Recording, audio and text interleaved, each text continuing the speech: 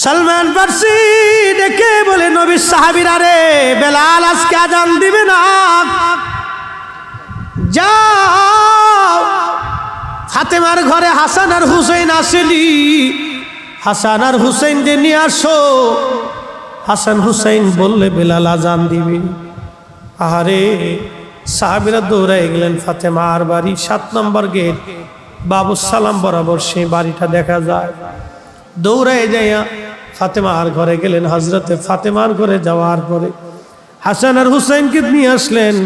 হাসান হুসাইন দেখতে নবীর মতো দেখা যাইতো, নানা চেহারা পাইছিলেন দুইজনে, দেখতে নবীর মতো দেখা যাইতো। বেলাল ছিলেন নবী রওজার পাশে। হাসান আর হুসাইন ছোট্ট দুই ভাইকে দেখে বেলাল উঠে দৌড়ায় এসে একবার ইমাম হাসানের বুকের মধ্যে মাথা ঠেকায় কাঁদে, আবার ইমাম হুসাইনের বুকের মধ্যে মাথা ঠেকায় কাঁদতেছিল। হযরতে বেলাল কাঁদতেছিল। ইমাম হাসান ডেকে বললেন, নানার মুয়াজ্জিন, যেই লাহান দিয়ে নানারে আজান শুনাইতা, সেই লাহান দিয়ে আমাদেরকেও আজান শোনাও। মসজিদে যাও, মিনারায় যাও, নানার মুয়াজ্জিন আজান আমাদেরকে শোনাও। হযরতে বেলাল একটা দৌড় মেরে স্থির থাকতে পারেন নাই। নবী দৌহিত্র আজান দিতে বলেছেন, একটা দৌড় মেরে মিনারায় উঠে আজান শুরু করলেন। আল্লাহু আকবার, আল্লাহু আকবার। প্রথম শব্দমালা সারা মদিনায় তাহাজ্জুদের সময় রন্দে রন্দে সওয়াই শব্দ পৌঁছায় গেল। মদিনার ঘর থেকে নবীর সাহাবীরা বের হয়ে দৌড় মারছে। যখন আবার বলেন আল্লাহু আকবার, আল্লাহু আকবার, বৃদ্ধ সাহাবীরাও ঘর থেকে বের হয়ে দৌড় মারছে। যখন বলেন আশহাদু আল্লা ইলাহা ইল্লাল্লাহ, ঘর থেকে মহিলারাও বের হয়ে, বাচ্চারাও বের হয়ে দৌড় মারছে। যখন আবার বলল আশহাদু আল্লা ইলাহা ইল্লাল্লাহ, আহারে, মদিনার ভিতরে কান্নার রোল পড়ে গেছে। একটাই কথা, নবী বুঝি ফিরে আসছে রে, নবী বুঝি ফিরে আসছে, নবী বুঝি ফিরে আসছে। সারা মদিনায় কান্নার রোল পড়ে গেল। মদিনার মানুষ ডুকরিয়ে ডুকরিয়ে কান্না করতে লাগছে। যখন হযরতে বেলাল বলেন আশহাদু আন্না মুহাম্মাদুর রাসূলুল্লাহ, বলার সঙ্গে সঙ্গে সব সাহাবী হযরতে বেলাল রাদিয়াল্লাহু আনহু অজ্ঞান হয়ে পড়ে গেলেন। আর মদিনার মাটিগুলি থরথর থরথর করে কেঁপে উঠছে। চিৎকার মেরে বলে যাবে কি আল্লাহু আকবার। মদিনার মাটিগুলি থরথর করে কেঁপে উঠছে। হযরত বেলাল রাদিয়াল্লাহু আনহু অজ্ঞান হয়ে পড়ে গেলেন। যখন তেনার হুঁশ ফিরে আসছে, রওজা শরীফের পাশে যে জালি মোবারকের সঙ্গে মাথাটাকে বেলাল কাঁদে আর বলে, ইয়া নবী আল্লাহ, নবী গো, গোলামকে আসতে বলেছিলেন, আমি গোলাম এসে গেছি। আপনি আমাকে আসতে বলেছেন, আমি আপনার জিয়ারতে আসছি। আজান দিতে বলেছিলেন, আজান দিয়েছি। হুজুর, আগে আজান দিলে আপনি নামাজে আসতেন, আপনার চেহারা দেখি কলিজা ঠান্ডা করতাম। আজকে আজান দিছি, নবী আপনি আসেন নাই। যেই আজানে নবী আসবে না, সেই আজান আমি আর কোনোদিন দেব না গো নবী। যেই আজানে নবী আসবে না, সেই আজানে আমি কোনোদিন দেব না গো নবী। হযরতে বেলাল যখন কালেমা পড়লেন, কালেমা পড়ার পরে বেলালের মনিব তাকে ধরে নিয়ে আসছে। তারিখের মধ্যে দেখা যায়, জীবনীর মধ্যে দেখা যায়, হযরতে বেলাল সকাল থেকে সন্ধ্যা পর্যন্ত প্রচন্ড উত্তপ্ত বালুর মধ্যে বেলালকে শুয়ে রাখা হইতো। বুকের মধ্যে পাথর চাপা দিয়ে হাত পা বেঁধে রেখে মরুভূমির বালুর মধ্যে বেলালকে ফেলে আসা হতো। প্রচন্ড উত্তপ্ত বালু আর পাথরগুলি গরমে গরমে গরম হইয়া হযরতে বেলালের শরীর বালিগুলি লেগে লেগে সিটে সিটে ফুসকা পরে পরে ঘা হয়ে যাইত। কল্পনা করতে পারবেন, সকাল থেকে সন্ধ্যা পর্যন্ত এইভাবে চলত। শুধু একটাই কথা ছিল, বেলাল কালেমা সারবি,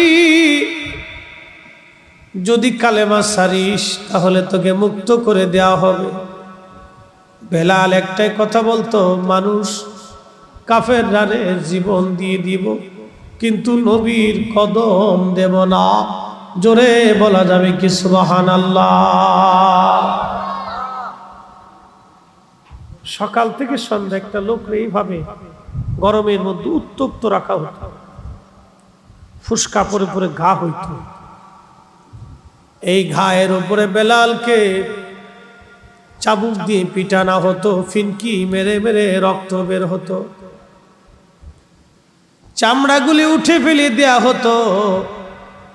মৃত্যুর কঠিন যন্ত্রণায় বেলাল রাদিয়াল্লাহু আনহু ওই অত্যাচারের যন্ত্রণায় মাঝে মধ্যে গুংরাইতেন, শব্দ হতো আর আহাদ আহাদ বলে কাঁদতো। আল্লাহ এক, আল্লাহ এক, আল্লাহ এক এক বলে কাঁদতে থাকতো। আমাদের দেশে সাধারণত একজন মানুষকে কেউ যদি মারে তো 10 জন ঠেকাইতে আসে। গোলামীর জীবনে বেলালকে এত পরিমাণে মারা হয়েছে, বেলালের এত পরিমাণে মারা হয়েছে, এইভাবে তাকে মারা হইতো, কেউ ঠেকাইতে আসতো না। 1 নম্বরে সে ছিল গোলাম, 2 নম্বরে সে ছিল নিগ্রো। 1 নম্বরে সে ছিল গোলাম, 2 নম্বরে ছিল নিগ্রো। গোলামীর জীবনে কেউ তাকে সাহায্য করার জন্য আসতো না, কেউ তাকে সাহায্য করার জন্য আসতো না। বেলাল গুমরাইতেন, কাঁদতে থাকতেন, দীর্ঘদিন পর্যন্ত অত্যাচার চলল। মাঝে মধ্যে খাবার দেওয়া হতো, মাঝে মধ্যে না খেয়ে রাখা হতো। এইভাবে হযরত বেলালের জীবন পার হয়, জীবন পার হয়। তারপর বেলাল জবান থেকে কালেমা ছেড়ে দেন নাই, ঈমান উনি ছেড়ে দেন নাই। জোরে বলা যাবে কি সুবহানাল্লাহ। তেলের গাড়ি তেলে চলে, হাওয়ার গাড়ি হাওয়ায় চলে, বিনা তেলে চালায় গাড়ি নবী সুলাইমান, আমরা সেই মুসলমান। আমরা তো অনেক দামি মুসলমান, কিন্তু অস্তিত্ব ভুলে গেছি আজকে।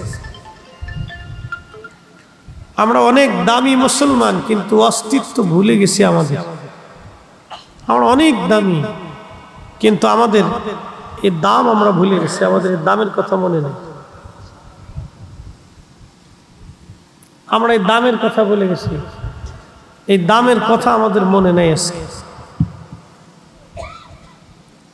খুব মনোযোগ দিয়ে, হযরত বেলাল রাদিয়াল্লাহু আনহু এতটাই আশিক রাসূল ছিলেন যে ওনার খেতাব আশিক রাসূল। আমরা যদি নিজেদের নামের আগে আশিক রাসূল লিখি তাহলে এটা বেমানান হয়। এই খেতাব আর কারোর জন্য চলে না। ইসলামের জন্য কি করছি এমন বলেন তো? কয়দিন মার খেয়েছি? কিচ্ছু করিনি। এই নবীর ইশকের জন্য আমরা কিছুই করিনি।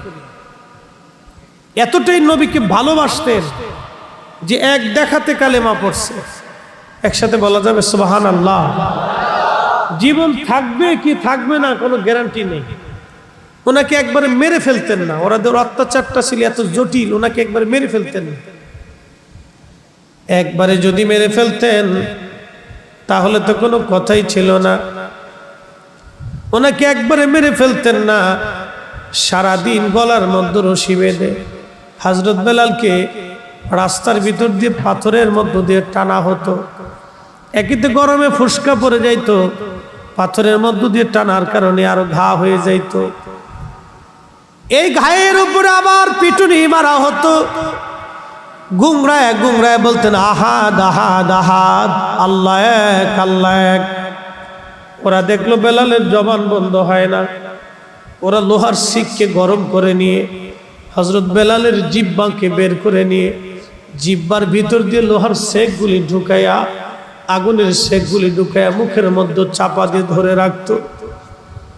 কল্পনা করতে পারবেন একজন মানুষের জীবনে কত কঠিন অবস্থা গেছে, এরপরেও কালেমা ছেড়ে দেন নাই, নবীর কদম ছেড়ে দেন নাই। আল্লাহ কোরআনে বলেন, ইয়া আইয়ুহাল্লাযীনা আমানু, ঈমানদার তোমরা, আমিনু ঈমান আনো, বিল্লাহি আমি আল্লাহর উপরে, ওয়া রাসূলিহি আমার নবীর উপরে। ঈমানদার ঈমান আনো, ঈমানের মতো ঈমান আনো, ঈমানের মতো ঈমান আনো। আমরা মাঝে মধ্যে ঈমান আমাদের দুর্বল হয়ে যায়, মাঝে মধ্যে ঈমান আমাদের দুর্বল হয়ে যায়। হযরত বেলাল নবীর প্রতি ঈমান কখনো তার দুর্বল হয় নাই। কালেমার সাক্ষ্য দিয়েছিলেন কিন্তু দুর্বল হন নাই। পিটুনি খেয়েছেন, মার খেয়েছেন, রক্ত ঝরিয়েছেন, সব কিছু চলে গেছে, কিন্তু তিনি দুর্বল হন নাই। আমিনু ঈমান আনো, আমানু ঈমান আনো, ঈমান আনো, ইয়া আইয়ুহাল্লাযীনা আমানু, হে ঈমানদার ঈমান আনো, আমিনু ঈমান আনো, বিল্লাহি ওয়া রাসূলিহি আমি আল্লাহর উপরে আমার নবীর উপরে তোমরা ঈমান আনো। ঈমান ঈমান ঈমান বড় দামি জিনিস। আল্লাহ কোরআনে বললেন, ইন্নাল্লাযীনা আমানু আমিলুস সলিহাতি উলাইকা হুম খায়রুল বারিয়া, যারা ঈমান আনছে, ঈমান অনুযায়ী আমল করছে, ঈমান অনুযায়ী যাদের আমল আছে, উলাইকা হুম খায়রুল বারিয়া, সৃষ্টির মধ্যে তারা সেরা। উলাইকা হুম খায়রুল বারিয়া, সৃষ্টির মধ্যে তারা শ্রেষ্ঠ, সৃষ্টির মধ্যে তারা শ্রেষ্ঠ। যারা ঈমান আনছে, ঈমান অনুযায়ী যারা আমল করেছে, উলাইকা হুম খায়রুল বারিয়া, সৃষ্টির মধ্যে তারা সেরা। একবার জোরে বলা যাবে কি সুবহানাল্লাহ? যেন ওলি যারা পৃথিবী থেকে মাজারে ঘুমিয়ে গেছেন তারা সেরা, যারা আল্লাহর ওলি তারা সেরা। কেন? আমানু ও আমিলুস সলিহাত, দুইটা জিনিস তাদের মধ্যে ছিল। যেমন ঈমান তেমন আমল, যেমন ঈমান তেমন ইয়াকিন, যেমন ঈমান তেমন আমল, দুইটা জিনিস তাদের মধ্যে ছিল। এই দুইটা জিনিস থাকার জন্য উলাইকা হুম খায়রুল বারিয়া, সৃষ্টির মধ্যে তারা শ্রেষ্ঠ হয়েছে। যার কারণে আল্লাহ তাদেরকে এখনো কোটি কোটি মানুষ তাদের মৌমাছির মতো তাদের কাছে যায়।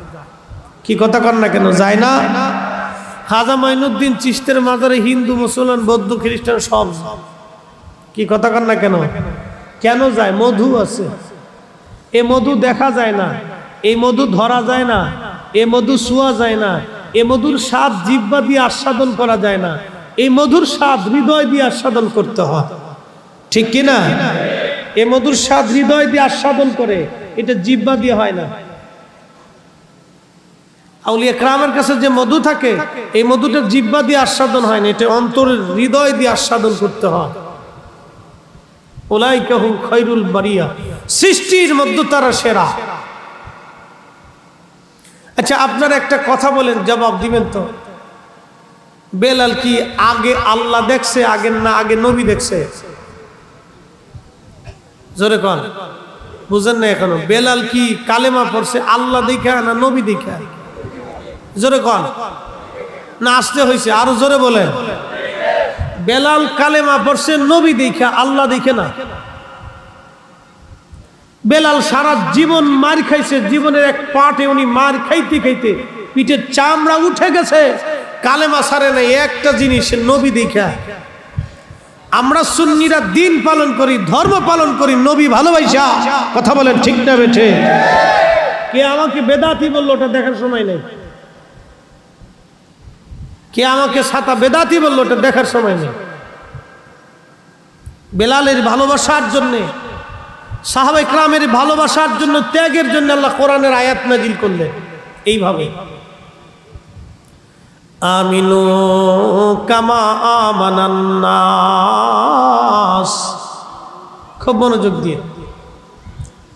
সাহাবীরা আল্লাহ চিনেছে নবী দেখে, সাহাবীরা আল্লাহ বুঝেছে নবী দেখে, সাহাবীরা কোরআন শিখেছে নবী দেখে, সাহাবীরা নামাজ পড়েছে নবী দেখে, সাহাবীরা জিকির করেছে নবী দেখে, সাহাবীরা জীবন করেছে নবী দেখে, সাহাবীরা আল্লাহ চিনেছে নবী দেখে, সাহাবীরা আল্লাহ বুঝেছে নবী দেখে, সাহাবীরা তাওহীদ শিখেছে নবী দেখে, সাহাবীরা দ্বীন বুঝেছে নবী দেখে, সাহাবীরা দ্বীনকে ভালোবেসেছে নবী দেখে, সাহাবীরা জীবন করেছে নবী দেখে, সাহাবীরা যুদ্ধের ময়দানে যুদ্ধ করতে করতে শহীদ হয়েছে নবী দেখে, সাহাবীরা জিহাদের ময়দানে নিজের কলিজা কেটে দিয়েছে নবী দেখে। নবী দেখেই সাহাবীরা সবকিছু করেছে। আমরা বর্তমানে যারা আছি নবী দেখি নাই, কিন্তু আমরা কাজ করি নবীকে ভালোবেসে। কথা বলেন ঠিক কিনা? পার্থক্য কিন্তু অনেক বিরাট। আমাদেরকে যারা বেদাতি বলে তাদের সাথে আমাদের অনেক বড় তফাৎ। এরা সরাসরি আল্লাহ পাইতে চায়, আর আমরা আল্লাহ পাইতে চাই নবী দিয়া। পার্থক্য কি? আমরা আল্লাহ পাইতে চাই নবী দিয়া, আল্লাহ ভালোবাসতে চাই নবী দিয়া, আর এরা সরাসরি আল্লাহ ভালোবাসতে চায়। আল্লাহ বলছেন, কুল, হুজুর আপনি বলেন, ইন কুনতুম তুহিব্বুনাল্লাহ, যদি কেউ আমি আল্লাহকে ভালোবাসতেই চায় তো তাকে বলো ফাত্তাবিউনি, সেজন্য তোমার ইত্তেবা করে। ইত্তেবা দুই ধরনের, একটা হলো এমনি সাধারণত অনুসরণ, আর একটা হলো মহাব্বতের অনুসরণ। মহাব্বত নিয়ে অনুসরণ, আর একটা হলো মহাব্বত ছাড়া অনুসরণ। আমরা সুন্নিরা অনুসরণ যতটুকুনি করি সেটা কলিজায় মহাব্বত দিয়ে করি, তাজিমের সাথে করি। কথা বলেন ঠিক কিনা? আমার মাথায় কি আছে জোরে বলেন। হ্যাঁ, আসতে হয়ে গেছে। কি আছে? টুপি।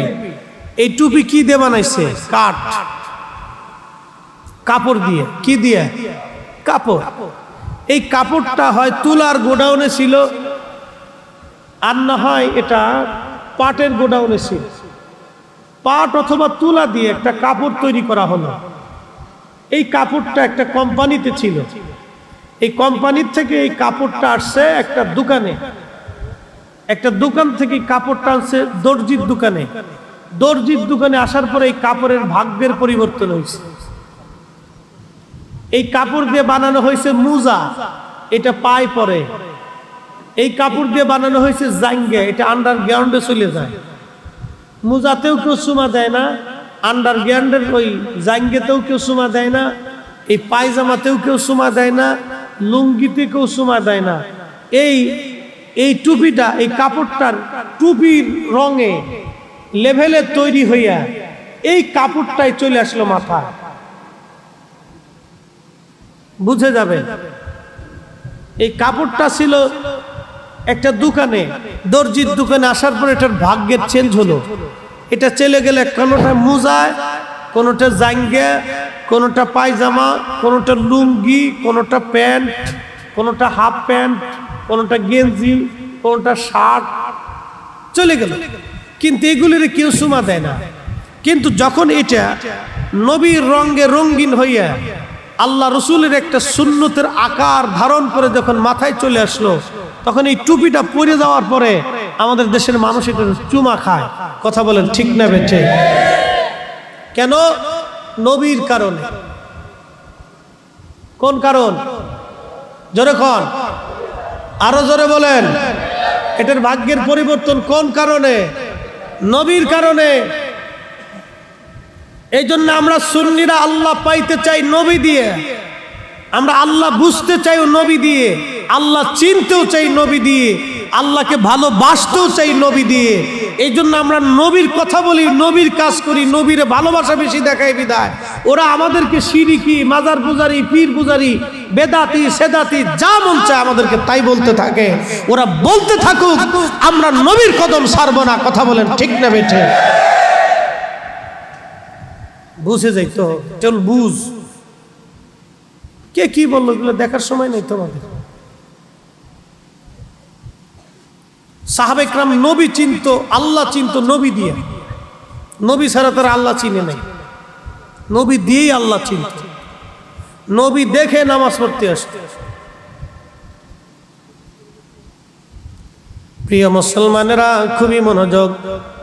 একটু শারীরিকভাবে অসুস্থতা আছে, অসুস্থতা মানে ঠান্ডা লেগে গলা বসে গেছে, যার কারণে আমি কিন্তু হাই স্পিড দিতে পারতেছি না। 4G লেভেল আজকে চলবে না, আজকে 2G লেভেল যাবে। যাই হোক, যাই চলুক, কথা কিন্তু আর 4G থাকবে। সাউন্ডিং সিস্টেমটা 2G হোক, সমস্যা নেই, কিন্তু কথা 4G আছে, কথা কম বলবো না। সাহাবীরা আল্লাহ চিনেছে নবী দেখে, এই জন্য আল্লাহ কোরআনে বলছেন মাইয়ুতিইর রাসূল ফাকাদ আতা আল্লাহ। কেউ যদি নবীকে অনুসরণ করলো তাহলে সে জানি আমি আল্লাহকেই অনুসরণ করলো। জোরে বলেন সুবহানাল্লাহ। বেলালের জীবনে আসতেছি, আগে একটু বুঝাই দিয়ে যাই। বেলাল মার খাইলেন, এরপরেও হযরত বেলাল কালেমা ছাড়েন নাই, কারণ হযরত বেলাল নবী দেখে আল্লাহ চিনেছে। এই জন্যে ঈমান এমন পরিমাণে হৃদয়ের মধ্যে আসছে, পিঠের চামড়া চলে গেছে, এরপরেও বলে না কালেমা ছাড়ব না। গোশত উঠিয়ে ফেলে দেওয়া হয়েছে, এরপরেও বলে না কালেমা ছাড়ব না। ক্ষুধার যন্ত্রণা দেওয়া হয়েছে, এরপরেও না কালেমা ছাড়ব না। জিহ্বা টেনে লোহা দিয়ে শিক করে ফোঁটা করে দেওয়া হয়েছে, এরপরেও বলে না কালেমা ছাড়ব না। মারতে মারতে মারতে মারতে শরীরের চামড়াগুলি উঠে উঠে গা হয়ে আহা ফিনকি মেরে মেরে রক্ত পড়ত, এরপরেও বেলাল কালেমা ছাড়ত না। একটাই নবী দেখে আল্লাহ চিনেছে, নবী দেখে আল্লাহ বুঝেছে, নবী দেখে কালেমা পড়েছে। নবী দেখার স্বাদ এত মজা, নবীর প্রেম এত মজা যে পিঠের চামড়া দিছে, নবীর মজা সে ছাড়ে নাই। গোশত দিয়েছে কিন্তু প্রেমের মজা ছাড়ে নাই। জীবনের রক্ত দিয়েছে, নবীর প্রেমের মজা ছাড়ে নাই। হযরতে বেলাল জীবনের চামড়া দিয়েছে, পিঠের চামড়া চলে গেছে, নবী প্রেমের মজা ছাড়ে নাই। গোশত উঠিয়ে ফেলে দিয়েছে, নবী প্রেমের মজা ছাড়ে নাই।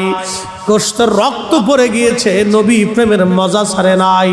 জিহ্বা ফুটা হয়ে গেছে, নবী প্রেমের মজা ছাড়ে নাই। নিজের ক্ষুধা যন্ত্রণা ভোগ করেছে, নবী প্রেমের মজা ছাড়ে নাই।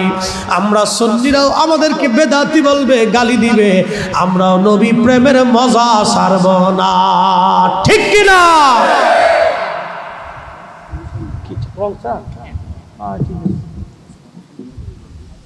সালাতুন ইয়া রাসূলুল্লাহ,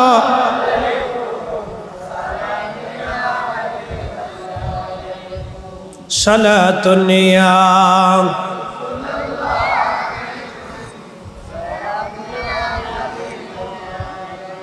সালাতুন ইয়া রাসূলুল্লাহ।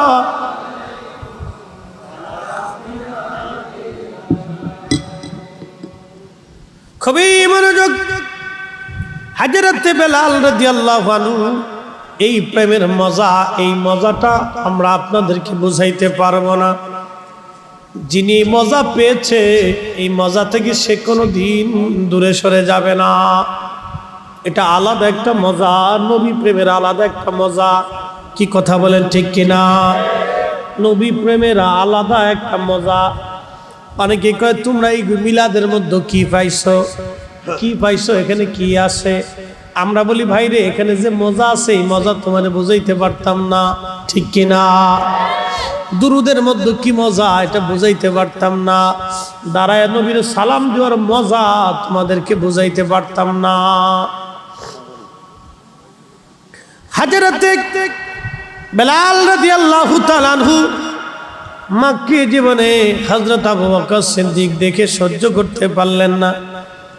একদিন বলেন, হুজুর বেলালের কষ্টটা বড়ই মর্মান্তিক, এইভাবে তাকে অত্যাচার করা হয়।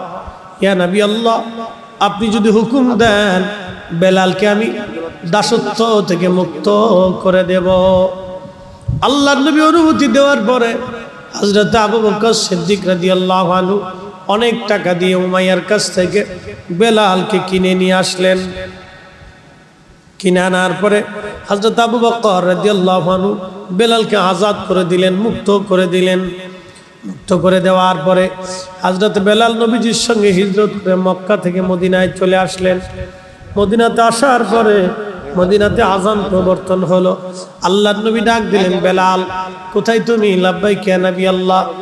যাও মিনারায় যাও, আযান দাও, তুমি আজকে থেকে এই মসজিদের মুয়াজ্জিন। জোরে বলেন মারহাবা।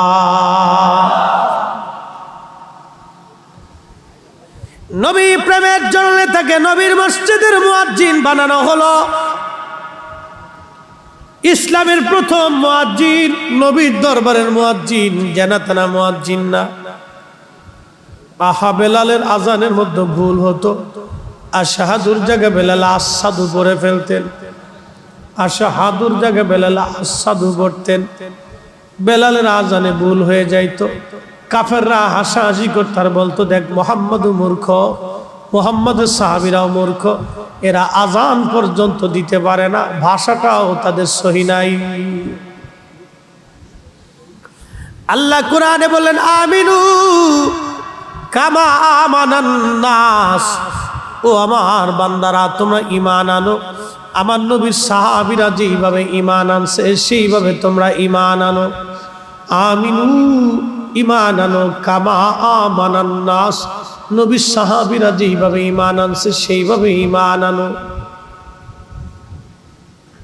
সেই দিন মূর্খ যারা ছিল, বেঈমান মুনাফিক যারা ছিল, তারা জবাব দিল, ক্বালু আনুমিনু কামা আমানাস সুবাহা। আমরা কি নির্বোধ আর বোকাদের মতো ঈমান আনবো? কারণ হযরতে বেলাল ছিল লেখাপড়াহীন, একজন কৃতদাস আফ্রিকার মানুষ, যার কেন ওরা বললো এই মূর্খদের মতো কি আমরা ঈমান আনবো? হযরত খাব্বাব রাদিয়াল্লাহু আনহু ছিলেন কামার। আহা, হযরত খাব্বাবের জীবনটাও আরো বড় কঠিন। ইসলামের জন্য এদের ত্যাগ শুনলে শরীর শিহরে যায়, আহা পশমগুলি দাঁড়ায় যায়। একদিন হযরত ওমর রাদিয়াল্লাহু আনহুর সামনে দাঁড়ায় গেলেন। দাঁড়ানোর পরে পিঠের চাদর সরে গেল। সরে যাওয়ার পরে হযরত খাব্বাবের পিঠের মধ্যে বড় বড় গর্ত হয়ে গেছে, জায়গায় জায়গায় সাদা সাদা সাদা সাদা হয়ে গেছে। হযরত ওমর ডেকে বললেন, খাব্বাব রে, তোমার কি বসন্ত হয়েছিল কোনদিন?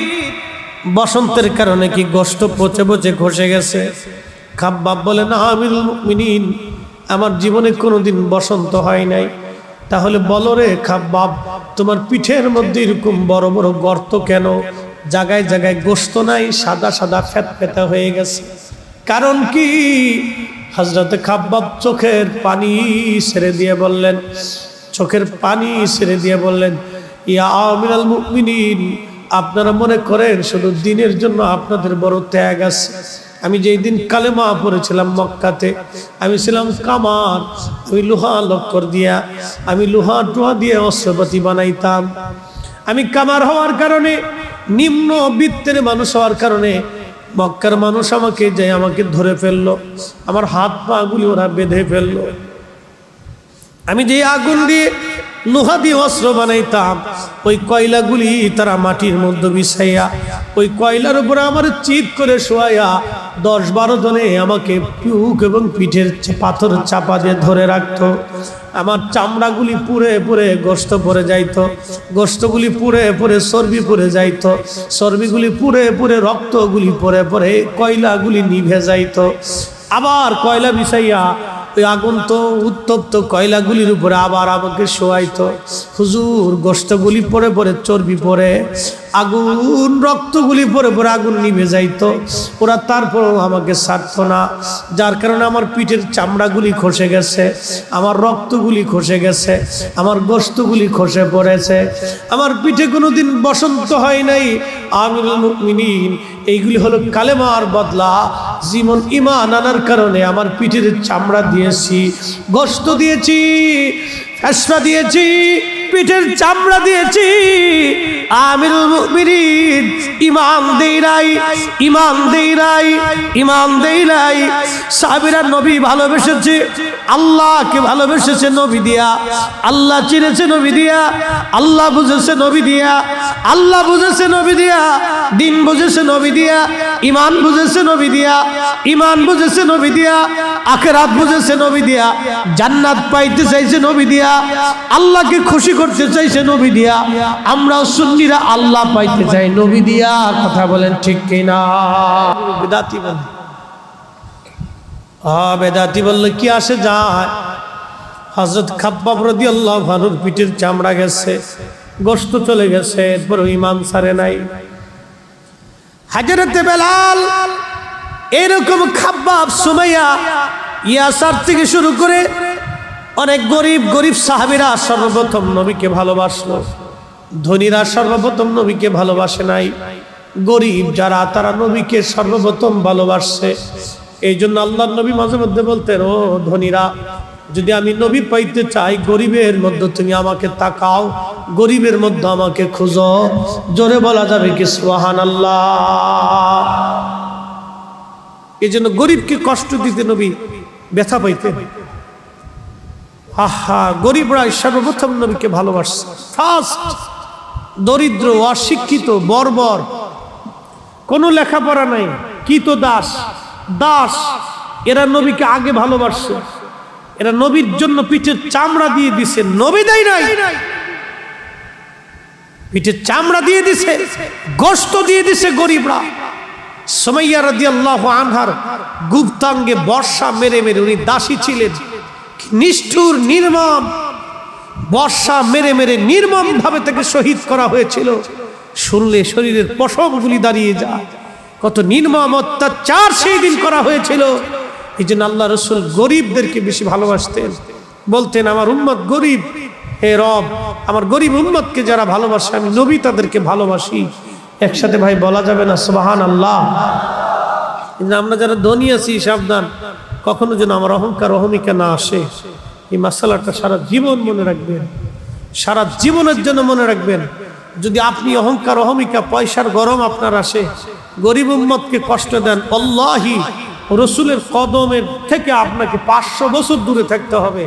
আল্লাহর নবীর কদমে আপনার কোনো জায়গা হবে না। যদি রসুলের করিমের কদমে জায়গাই না হয়, তাহলে বুঝেন আল্লাহর দপ্তরে আপনার কোনো জায়গাই নেই, আপনি ওখানে যেতেই পারবেন না। আপনার জীবন ধ্বংস হয়ে যাবে, আপনার আখিরাত বরবাদ হয়ে যাবে, আপনার জিন্দেগি বরবাদ হয়ে যাবে। না পাবেন দুনিয়া, না পাবেন কবর, না মেশর, কিচ্ছু হবে না আপনার জীবনে। এই জন্য গরিব হত দরিদ্রদেরকে নবী বলতেন, খাওয়াও, তাদেরকে খাদ্য খাওয়াও, তাদের অভুক্তদেরকে খাবার দাও। আমাকে খুঁজতে হলে তাদেরকে ভালোবাসতে হবে, তাদেরকে দিতে হবে। সাদকা, ফিতর, দান, এগুলি আল্লাহ রসুল কেন সিস্টেম চালু করে গেলেন? যে উম্মত আমার গরিব দরিদ্র, ওরা আমাকে ভালোবেসে গেছে, সর্বপ্রথম আমাকে ভালোবাসছে, ওরা যাতে কোনোদিন কষ্ট না পায়, ব্যথা না পায়, বলতে না পারে হে নবী আমরাই আপনার জন্য প্রথম জীবনে আমাদের পিঠে চামড়া দিয়েছি, গোশত দিয়েছি, সন্তান দিয়েছি, জমিন দিয়েছি, দেশ ছেড়ে দিয়েছি, সব আপনার জন্য আমরা ছেড়ে দিয়েছি, আপনি তো আমাদেরকে কিছু দেন নাই।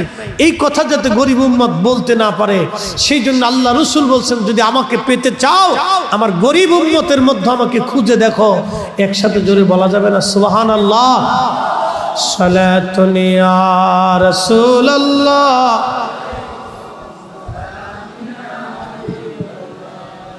সালাতুন ইয়া রাসূলুল্লাহ,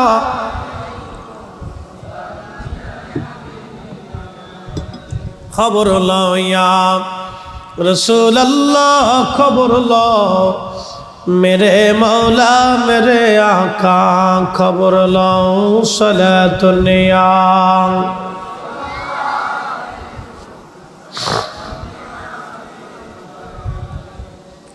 সেই দিন গরিবরা কালেমা পড়ার জন্য কাফেররা বলো নির্বোধদের মতো কি আমরা ঈমান আনবো? ক্বালু আনুমিনু কামা আমানাস সুফাহা,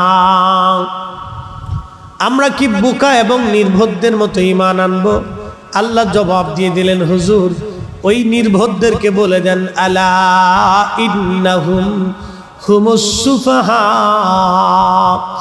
আপনি নবীর সাহাবীদেরকে যারা নির্বোধ বলে গালি দেয়, নবী গো আপনি তাদেরকে বলে দেন ওরাই হলো নির্বোধ, ওরাই বোকা।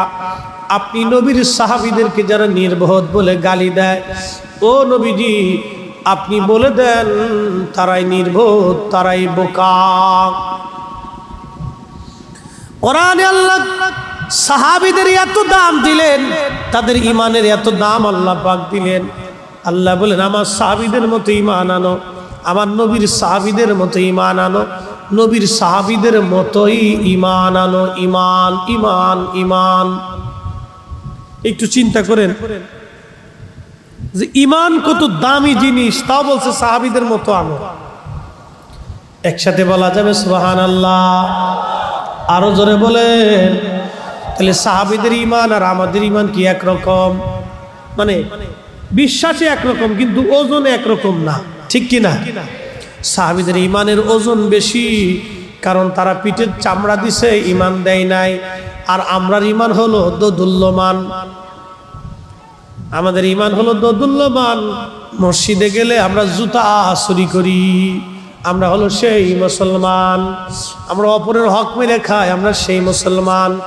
আমরা ঘুষ খাই, আমরা সেই মুসলমান। আমরা আর এক মুসলমানের রক্ত চুষে খাই, আমরা সেই মুসলমান। তেলের গাড়ি তেলে চলে, হাওয়ার গাড়ি হাওয়ায় চলে, বিনা তেলে চালাই গাড়ি নবী সুলাইমান। আমরা সেই মুসলমান, আমরা সেই মুসলমান। আব্দুল্লাহ ইবনে মুবারকের বাবা হযরত মুবারক রাহমাতুল্লাহ আলাইহি অনেক বড় আল্লাহওয়ালা ব্যক্তি ছিলেন। হযরত ইমামুল আজমের জমানার ব্যক্তি ছিলেন, সাহাবীদের জমানার ব্যক্তি ছিলেন, তাবিঈ ছিলেন। হযরত আব্দুল্লাহ ইবনে মুবারক রাহমাতুল্লাহ আলাইহির আব্বাজান কৃতদাস ছিলেন, গোলাম ছিলেন। একজন তুর্কি মুসলমানের গোলাম ছিলেন। এই তুর্কি ছিল অনেক বিরাট বড় ধনী ব্যক্তি, তার অনেক বড় বড় ফলের বাগান ছিল। একটা ফলের বাগান ছিল আনারের ফলের বাগান, আনার। হযরত মুবারক একদিন ডাক দিয়ে বলেন, মুবারক তুমি তো যুবক। হযরত মুবারক রাহমাতুল্লাহ আলাইহি গোলামিও করতেন, সারা রাত নামাজ পড়তেন, সারা রাত নামাজে কাটাইতেন, সারাদিন মনিবের বাড়ি কাজ করতেন।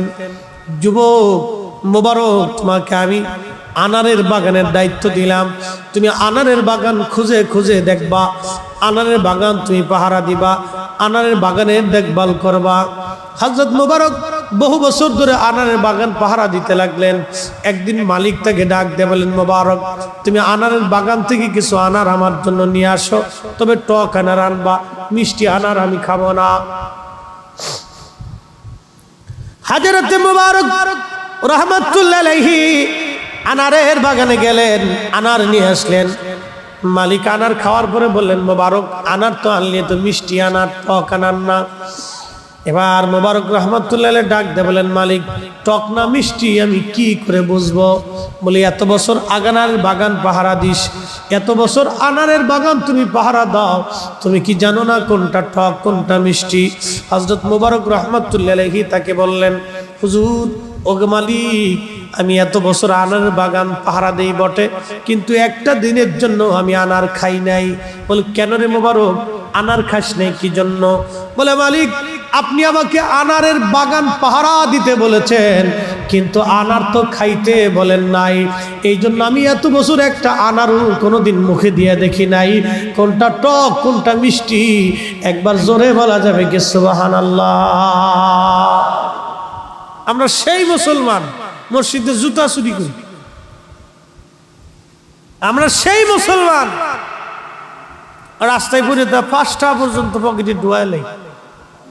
আমরা সেই মুসলমান 100 টাকার জন্য মিথ্যা কথা বলি। আমরা সেই মুসলমান, আমরা সেই মুসলিম। আর একজনের জমিন ধান আমার খেতে চলে আসলে ওদের কাটতে লিয়ে রাখতে দিই। আমরা হেতা মুসলমান, মুসলমান হতে হবে, মুসলিম। আল্লাহ বলে, লা তামুতুন্না ইল্লা ওয়া আনতুম মুসলিমুন।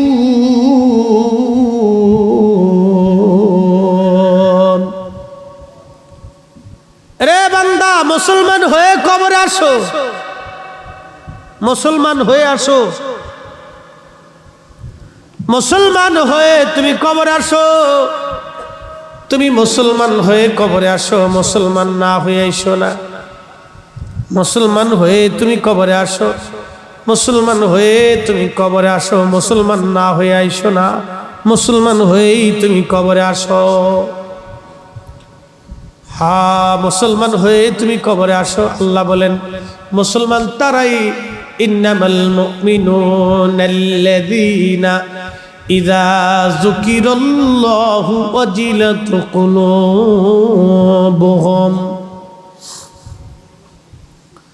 মুসলমান তাকেই বলা হয় মুমিন, সে যার অন্তরে আল্লাহর স্মরণ আসার সঙ্গে সঙ্গে আল্লাহর ভয়ে অন্তরটা থরথর থরথর থরথর করে কাঁপতে থাকে। বুঝেন নাই মনে হয়? বুঝাই বলি, তাকেই মুসলমান বলা হয়। তিনি মুমিন মুসলমান, যার অন্তরে আল্লাহর স্মরণ আসছে, আসার সাথে সাথে অন্তর আল্লাহর ভয়ে থরথর থরথর থরথর করে কাঁপতে থাকবে। হায় আল্লাহ, উপায় কি? আমি গুনাহ করে ফেলছি, আমার উপায় কি? আমার উপায় কি হবে? আমি গুনাহ করে ফেলছি, আমার ভুল হয়ে গেছে আল্লাহ, ভুল হয়ে গেছে। যে বারবার বারবার আল্লাহর কাছে সারেন্ডার করে, বারবার বারবার আল্লাহর কাছে তওবা করে, বারবার বারবার আল্লাহর কাছে ক্ষমা চায়, গুনাহ করার পরপরই ক্ষমা চায়, আল্লাহর ভয়ে অন্তরটা কাঁপতে থাকে। আল্লাহ বলেন ইন্নামাল মুমিনুন, নিশ্চয় তারাই মুমিন, ইযা যুকিরাল্লাহু ওয়াজিলাত কুলুবুহুম, যাদের অন্তর আল্লাহর ভয়ে থরথর থরথর করে কাঁপতে থাকে, তারাই মুমিন মুমিন মুমিন। একবার জোরে বলা যাবে কি সুবহানাল্লাহ? আমাদের দেশে কয়জন আছে বলেন তো গুনাহ করার পরে অনুতপ্ত হয়? কয়জন আছে বলেন? জাগার উপরে মিথ্যা কথা বলতেছে, ডাহা মিথ্যা কথা, কিন্তু অনুতপ্ত নাই। খারার উপরে আরেকজনের হক নষ্ট করে দিতেছে, কোনো অনুতপ্ততা নাই যে হায় আমি ভুল করছি, আমার ভুল হয়ে গেছে, এই অনুতপ্ত নাই। একবারে দাঁড়ার উপরে, খারার উপরে, একবারে দাঁড়ার উপরে আপনাকে ঠকাই দিচ্ছে, মালে ভেজাল দিতেছে, অনুতপ্ত নাই। মালে কম দিয়ে দিতেছে, অনুতপ্ত নাই যে আমি ভুল করতেছি, আমার ভুল হয়ে গেছে, কোনো হৃদয়ে অনুতপ্ততা নাই। যার অন্তরে অনুতপ্ততা নাই, বুঝবেন এটা আজাজিল। আজাজিলের জীবনে দুইটা ভুল ছিল। 7 লক্ষ বছর ইবাদত করছে, মুআল্লিমুল মালায়েকা হয়েছে, প্রিন্সিপাল অফ মালায়েকা, চ্যান্সেলর অফ মালায়েকা, ফেরেশতাদের চ্যান্সেলর ছিল, ফেরেশতাদের প্রধান ছিল সে, চ্যান্সেলর অফ মালায়েকা, ফেরেশতাদের চ্যান্সেলর। সে ওয়াজ করার পরে কোটি কোটি ফেরেশতারা বসে বসে কাঁদতো। আর সে আজিমের নিচে ইয়াকুত জমররদের মিম্বর আল্লাহ বানাই দিয়েছিল, মিম্বর, এ বসে বসে ওয়াজ করতো। Chancellor of মালায়েকা। আল্লাহ বলেন উসজুদু লি আদম, আদমকে সেজদা দাও, আদমের দিকে সেজদা দাও। সব ফেরেশতা সেজদায় পড়ে গেল, ইল্লা ইবলিস, ইবলিস শুধু দাঁড়ায় রইল। জিজ্ঞেস করলেন কেন সেজদা দিলি না? প্রথম জবাব ছিল আল্লাহ আমাকে বানাইছো আগুন দিয়ে, ওকে বানাইছো মাটি দিয়ে। আগুনের তৈরি ফেরেশতা হয়ে মাটির তৈরি আদমকে আমি সেজদা দিতে পারি না। প্রথম ভুল ছিল অহংকার, দ্বিতীয় ভুল ছিল সারেন্ডার না করার অনুভূতি। যদি সে সারেন্ডার করতো যে আল্লাহ আমার ভুল হয়ে গেছে। 2 নম্বর ভুল ছিল সে ভুল স্বীকার করে নাই। যদি বলতো আল্লাহ আমার ভুল হয়ে গেছে, আপনি আমার মাফ করে দেন, আল্লাহ কিন্তু ওকে সাথে সাথেই মাফ করে দেয়। সে সারেন্ডার করে নাই, ভুল স্বীকার করে নাই, বরং ভুল করার পরেও আবার অপব্যাখ্যা করছে। আমার দেশের নজদি যারা আছে তারা বলে আল্লাহর নবীর জীবনে আলিফ বাতাসা নবী পড়তে পারতেন না, নবী আলিফ বাতাসা জানতেন না। আমাদের দেশে যে বুকে হাত বেঁধে একদল নজদি আছে, বুকে হাত বেঁধে নামাজ পড়ে, ওরা বলে মুহাম্মদ সাল্লাল্লাহু আলাইহি ওয়াসাল্লাম আমাদের মতো মানুষ ছিলেন বিদায় তার মুখ থেকে দুর্গন্ধ আসতেন। মুহাম্মদ সাল্লাল্লাহু আলাইহি ওয়াসাল্লাম আমাদের মতো মানুষ ছিলেন বিদায় সে জীবনে ভুল করে গেছে। তারা নবীর ভুল ধরে, কিন্তু তারা আবার ভুল ধরার পরেও আবার এর পক্ষে যুক্তি এবং দলিল দেয়। তারা যুক্তি এবং দলিল তালাশ করে, কিন্তু ভুল হয়েছে এটা স্বীকার করে না। ওরা আর আজাজিলের মধ্যে কোনো তফাৎ নাই। কথা বলেন ঠিক না বেটে? কোনো তফাৎ আছে? এই কথা বলেন, তফাৎ আছে? আজাজিলও ভুল হয়েছে কিন্তু সারেন্ডার করে নাই।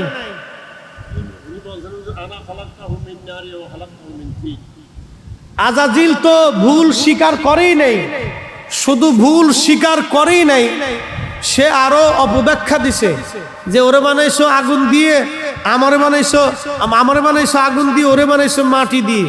অতএব ওকে সেজদা দিতে আমি পারি না। সে আরো দলিল সাবমিট করছে, ভুল তো স্বীকার করেই নেই, ভুল করার পরে আরো দলিল সাবমিট করছে।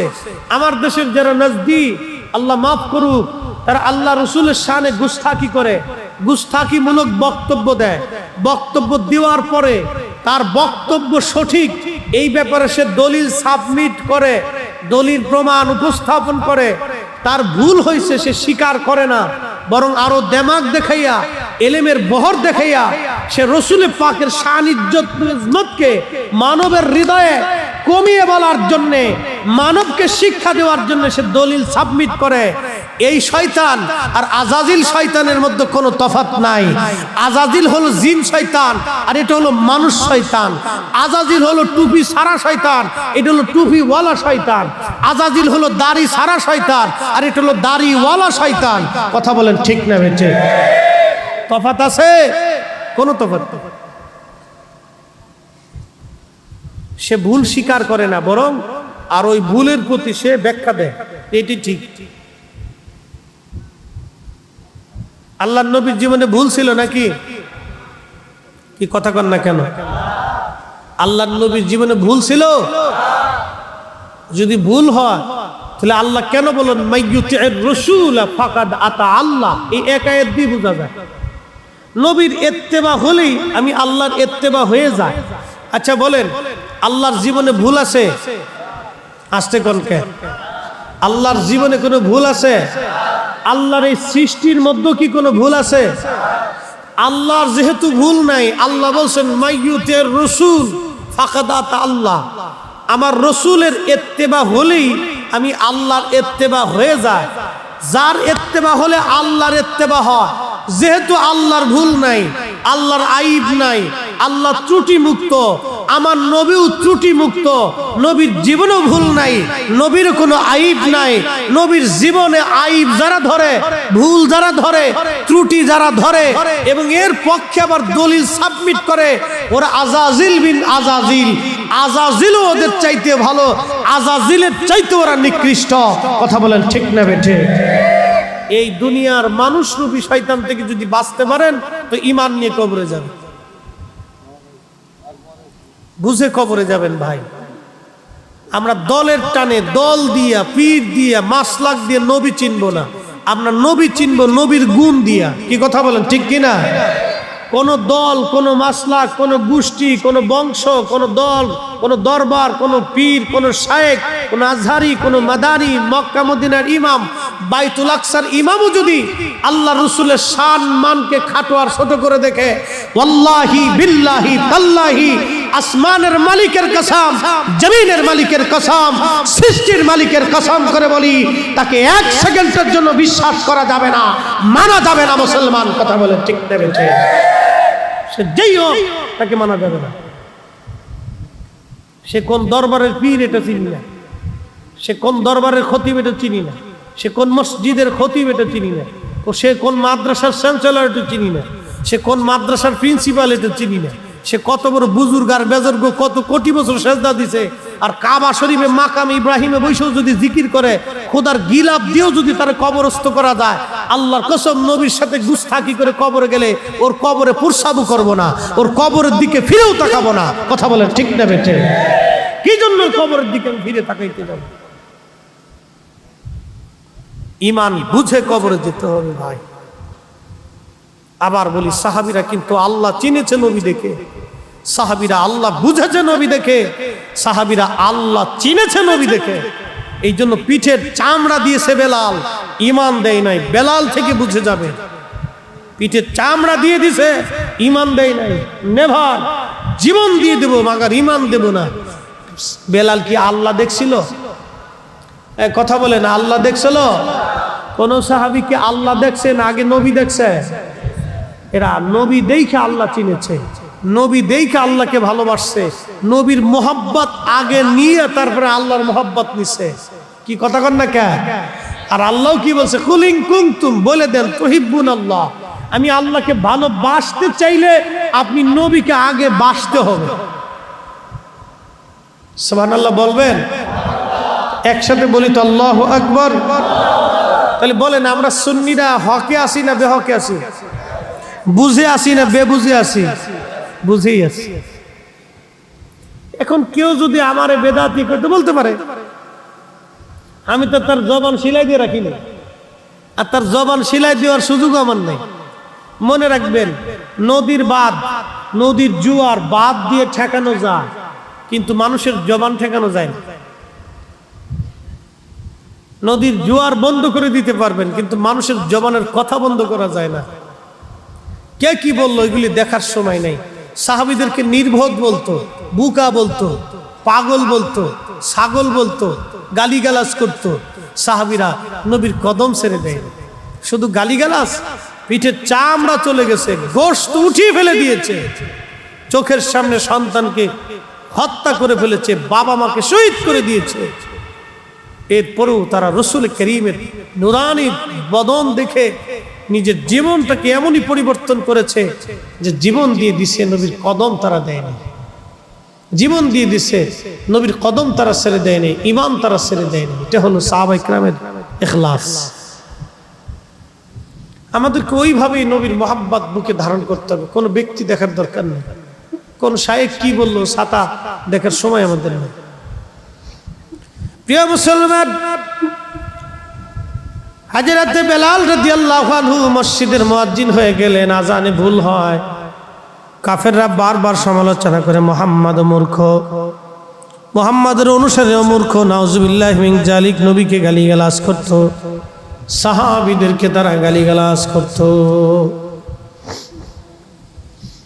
আল্লাহর হাবিবের জীবনধারায় প্রিয় নবীজির ইন্তেকালের সময় ঘনিয়ে গেলেন। অনেক বড় লম্বা ওয়াজ, জীবনের বিরাট একটা অংশে হযরত বেলাল আজান দিয়েছে। আহা, বিরাট বড় নবীর মসজিদের মুয়াজ্জিন ছিলেন বেলাল। সারা জীবন আজান দিলেন, বিনিময়ে একটা পয়সাও তিনি গ্রহণ করেন নাই। মসজিদে নবীর পাশে বনু নাজ্জার গোত্রের একজন মহিলা ছিল। এই মহিলার ঘরের ছাদটা উঁচু ছিল। এই উঁচু ছাদের উপরে দাঁড়ায় বেলাল আজান দিতেন। বেলালের আজানের তাসির এমন পরিমাণে ছিল, ওই আজান শোনার পরে মদিনার সব সাহাবীরা ঘর থেকে বের হয়ে আল্লাহর নবীর কদম মোবারকে তারা ছুটে চলে আসতো।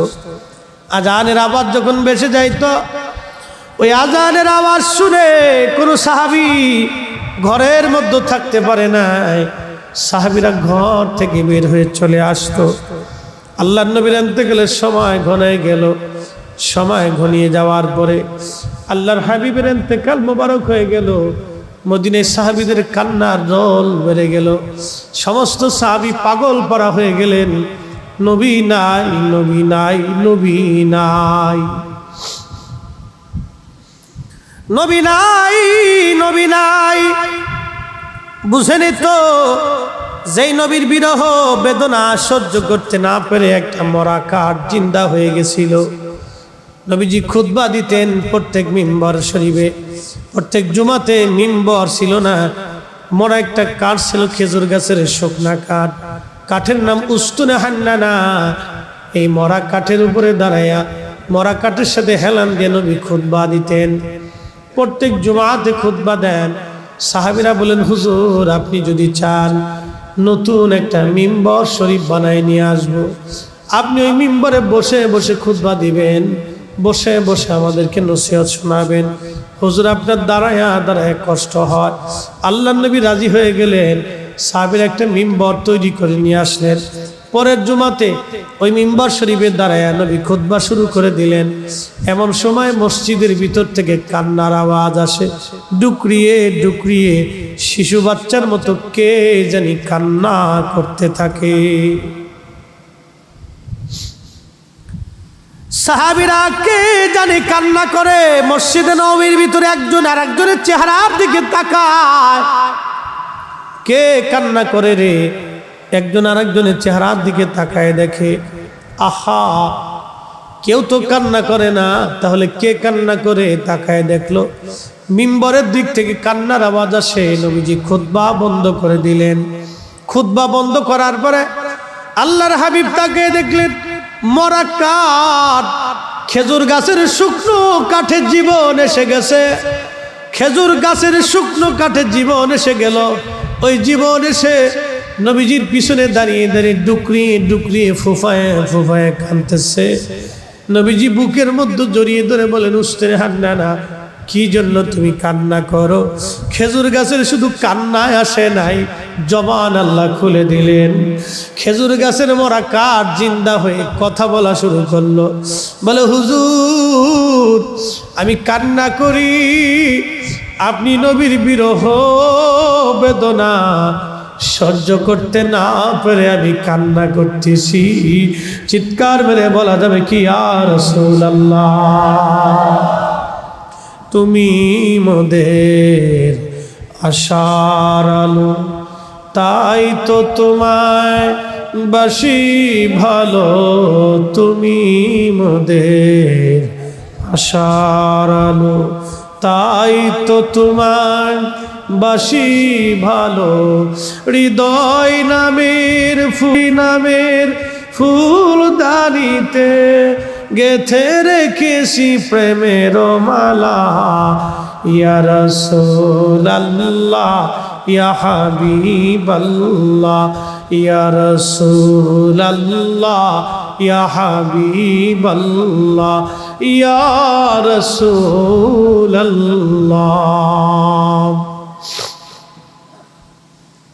একটা মরা কাঠের জীবন এসে গেল। জীবন জীবন জীবন কল্পনা করতে পারবেন, একটা মরা কাঠ, খেজুর গাছের শুকনা কাঠ, মাটির মধ্যে খুঁটি হিসেবে গাড়া ছিল। নবীজির সহবতে লাগার কারণে খুঁটির মধ্যে জীবন এসে গেল। জীবন কথা বলা শুরু করলো। শুধু কথাই বলে নাই, তার বিবেক তৈরি হয়ে গেল। আহা, একটা মরা কাঠ জিন্দা হয়ে গেল। শুধু জিন্দাই হলো না, মরা কাঠের জবান খুলে গেল। শুধু জবানই খুললো না, মরা কাঠের বিবেক তৈরি হয়ে গেল। একসাথে বলে জোরে বলা যাবে কি আল্লাহু আকবার। চিৎকার মেরে বলা যাবে কি ইয়া রাসূলুল্লাহ। একটা মরা কাঠের জীবন তৈরি হয়ে গেল। শুধু জীবন হলো না, তার বিবেক তৈরি হলো। শুধু বিবেক তৈরি হলো না, তার জবান তৈরি হয়ে গেল। জবান দিয়ে বলে, হুজুর আপনার বিরহ বেদনা সহ্য করতে না পেরে কাঁদতেছি। আল্লাহর নবী ডাক দেয়া বলেন, উস্তনে হান্না না রে, তোমার কান্না কি বন্ধ হবে না? বলে, হায় ইয়া নবী আল্লাহ, আমার কান্না বন্ধ হবে। নবী গো, কান্না বন্ধ হয়ে যাবে, তবে একটা শর্ত, একটা আশা আপনি নবীর কদম মোবারকে, ও নবীজি আপনি ওয়াদা করে যান, কিয়ামতের ময়দানে জান্নাতে যাওয়ার সময় আপনি আমারে সারা জান্নাতে যাবেন না। একবার জোরে বলা যাবে কি আল্লাহু আকবার। এই আসতে বললেন কেন? জোরে বলেন, আরো জোরে বলেন। যারা বলে নবী মুহাম্মদের ক্ষমতা নাই, ওরাই বেদাতি। এই কথা বলেন। যারা বলে নবী মুহাম্মদের ক্ষমতা নাই, ওরা কি? জোরে বলেন। ওরা বেদাতি, আমরা বেদাতি না, ওরা বেদাতি। বন্ধুগণ, যুবকেরা জানি ওরা হযরত বেলালের জীবনী দিয়েছে আমাকে। বেলালের জীবনী ওরা শুনতে চায়। আমি ছোট্ট করে ঘটনাটা বলে দিয়ে যাব। আল্লাহর নবীর ইন্তেকাল মোবারক হয়ে গেল। সাহাবায়ে কেরাম বিমর্ষ হয়ে গেলেন। হযরত বেলাল বেশি পাগল পারা হয়ে গেলেন। কারণ কি? এই জন্যই 5 ওয়াক্ত আজান দিতেন, আর আল্লাহর নবী 5 ওয়াক্ত নামাজে আসতেন। বেলাল ওই আজানে নামাজে নবী 5 বার দেখতেন। নবীর দর্শে বসতেন, নবীর কাছে কাছে বসে থাকতেন। পাগল পারা হয়ে গেলেন বেলাল। আহা, একটা মরা কাঠ যদি নবীর জন্য পাগল হয়, তাহলে বুঝেনি তো একজন সাহাবীর হালত কি হতে পারে। একটা মরা কাঠ পাগলের মতো হয়ে গেল। পাগল হয়ে তার বিবেক তৈরি হলো, জীবন তৈরি হলো। এই মরা কাঠ বলে, হুজুর আপনি আমাকে জান্নাতে নিয়ে যাবেন, ওয়াদা করে দেন। আহা, নবীজি বললেন, সাহাবীরা যাও, আমি ওকে নিয়ে জান্নাতে চলে যাব। আমার মিম্বার শরীফের নিচে তাকে দাফন করে রাখো। কিয়ামতের মাঠে আমি আমার উস্তুনে হান্নানকে নিয়ে জান্নাতে যাব। যেই মিম্বারের দ্বারায় নবী খুতবা দিতেন, ওই মিম্বারের নিচে এখনো সেই কাঠ পুঁতে রাখা আছে। একবার জোরে বলা যাবে কি সুবহানাল্লাহ।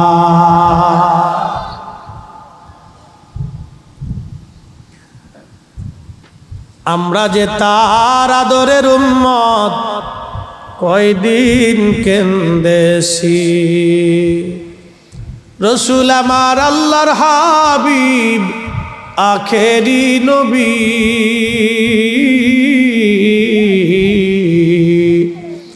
আমরা যে তার আদরের উম্মত, উম্মতের করলাম কি? আমরা যে তার আদরের উম্মত, কয়দিন কেন্দেছি। ছোট্ট একটু গাঠুরি বেঁধে বেলাল নবীর মসজিদের সামনে দাঁড়ানো। আবু বকর ডাক দে বলে, বেলাল রে, কি জন্য তুমি দাঁড়াইছো? গাঠুরি কেন রে বেলাল? বলে, হুজুর বিদায় দেন, আর মদিনায় আমি থাকবো না, সিরিয়াতে আমি চলে যাব। কি জন্য রে বেলাল? হুজুর, আমি মদিনায় থাকতে পারবো না। বেলাল, বলো কিসের অভাব? কে তোমাকে মারছে? কেউ কি তোমাকে গালমন্দ করেছে? যদি বলো বাইতুল মাল থেকে মাসিক বেতন ধার্য করে দেব। বেলাল বলেন, আবু বকর, টাকার অভাব না, কেউ আমাকে গালিও দেয় নাই, তবে এই মদিনায় থাকা আমার পক্ষে সম্ভব না। কেন বলবি নি? তোর কিসের অভাব? বেলালের একটাই কথা, আবু বকর, আমার একটা অভাব কি কোনোদিন পুরা করে দিতে পারবা? বল বেলাল, কি বলতে চাও? হুজুর, আগে আজান দিলে নবী নামাজে আসতো, এখন আজান দিলে নবী নামাজে আসে না। বলো রে আবু বকর, আমি আজান দিলে কি নবী নামাজে আসবে? আমি আজান দিলে কি নবী আনতে পারবা? আগে আজান দেওয়ার পরে সুন্দর চেহারা দেখে কলিজার তৃষ্ণা মিটাইতাম। এখন আজান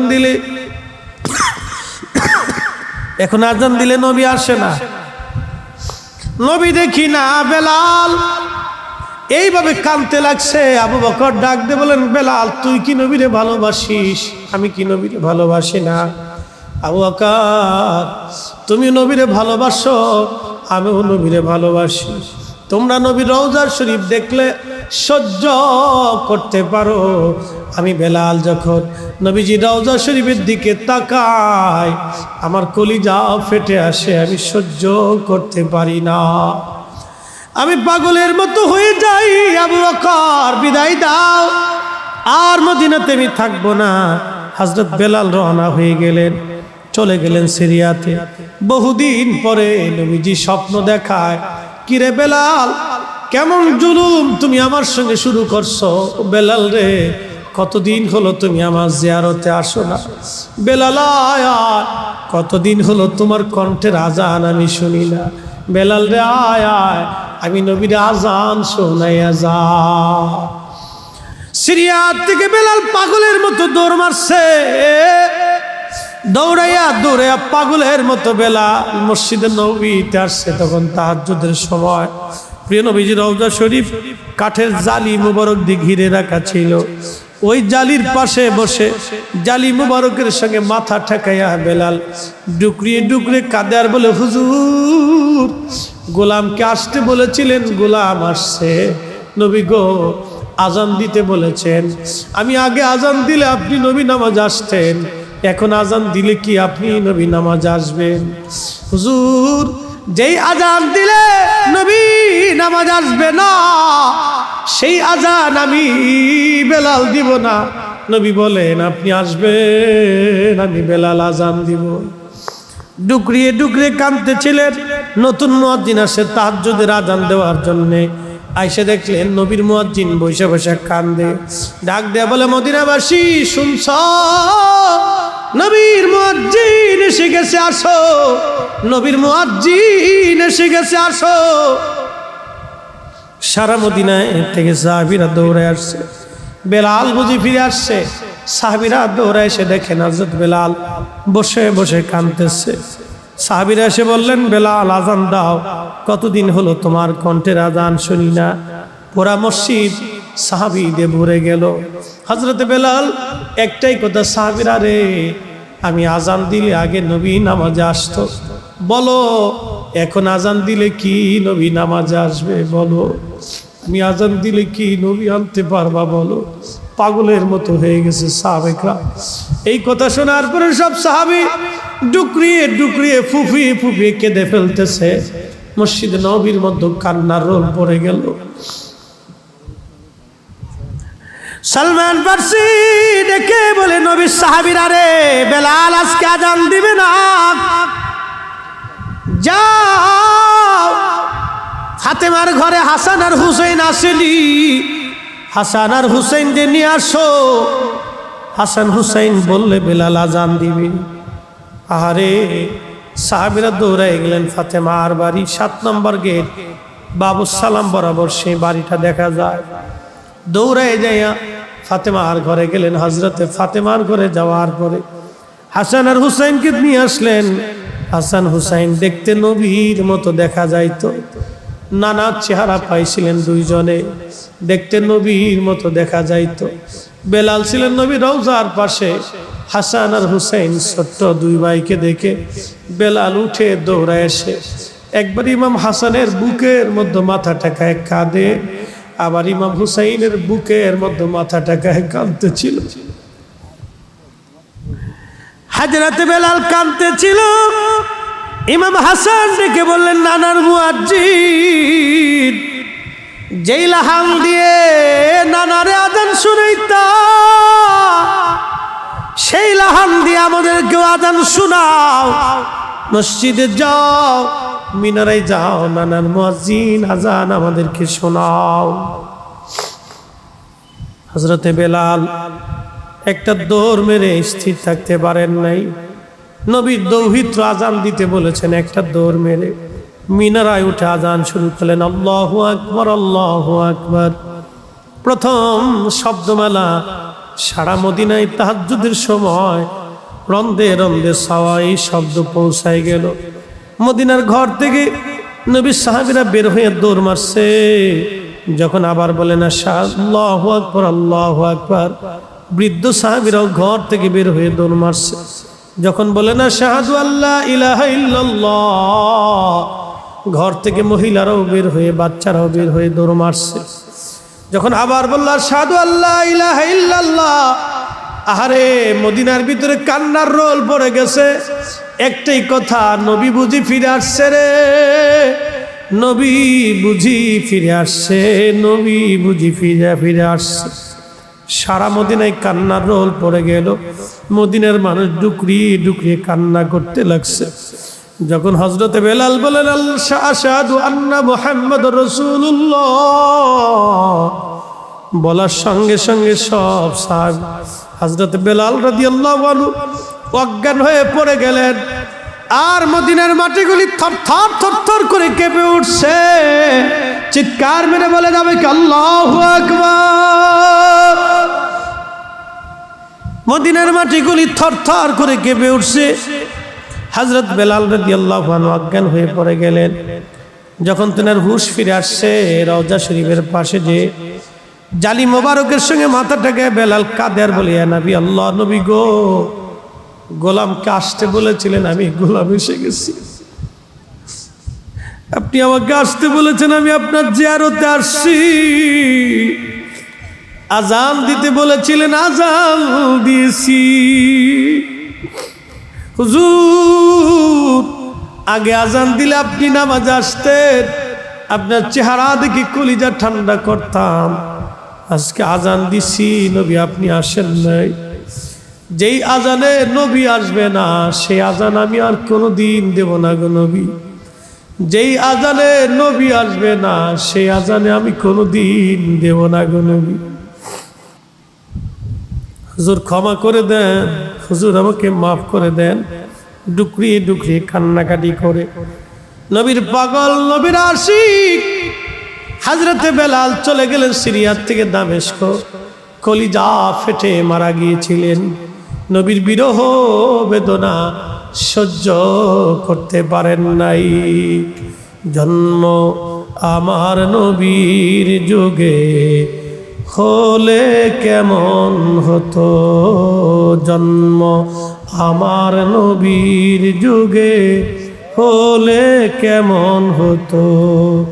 দুনয়নে রসুল পাক দেখিলে কেমন হতো, দুনয়নে রসুল পাক দেখিলে কেমন হতো।